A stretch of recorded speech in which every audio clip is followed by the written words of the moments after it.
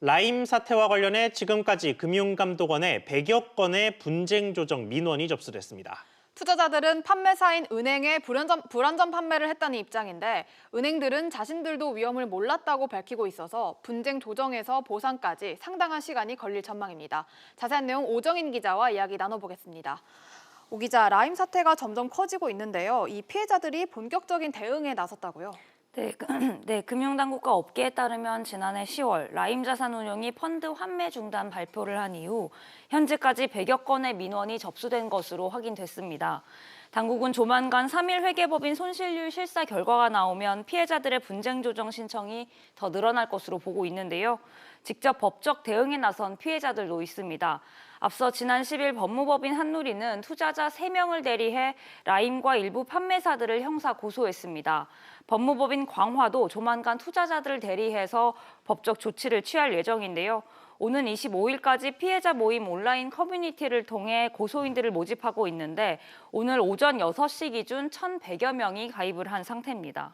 네, 여기에 피해로 손실을 본 사람들 말고 판매사들까지 법적 대응에 나선다고 하는데 이거는 무슨 얘기입니까? 네, 우리은행을 중심으로 한 16개 판매사들이 공동 대응단을 구성했습니다.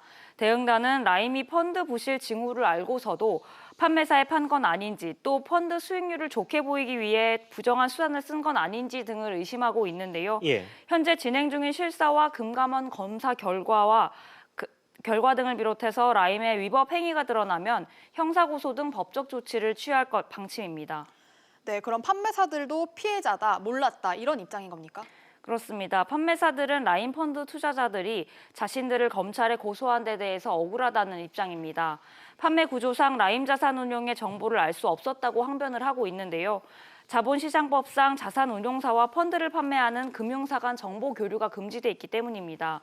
대응단 측은 무역금융펀드 상황은 라임 내부에서도 담당자 외에는 인지하지 못했던 사안이라고 주장하고 있습니다. 그러니까 펀드의 구체적인 내용이 좀 불투명했다 이런 이야기인데 지금 회계법인의 그 라임 펀드에 대한 실사가 이루어지는 것으로 알고 있는데 이 결과가 언제쯤 나옵니까? 네, 결과는 당초 오늘 발표될 예정이었는데 일러야 이달 말쯤 나올 것으로 보입니다. 예. 현재 실사를 맡은 3일 회계법인은 최근 라임 자산운용과 금감원에 실사 결과를 이달 말 또는 다음 달 초까지 전달하겠다고 통보한 것으로 알려졌습니다.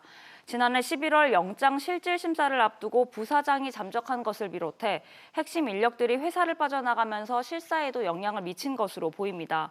이에 따라 금감원은 라임 자산운용 사무실에 상주 검사역을 파견해 실사 진행 상황과 회사 사태 수습 과정을 모니터링하는 등의 방안을 검토 중입니다. 네, 보상 분쟁 조정은 어떻게 됩니까?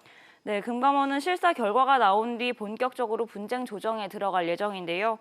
라임펀드는 DLF보다 위험도가 상대적으로 낮은 투자 상품이라 분쟁 조정으로 보상을 받게 되기까지는 상당한 시간이 걸릴 것으로 보입니다.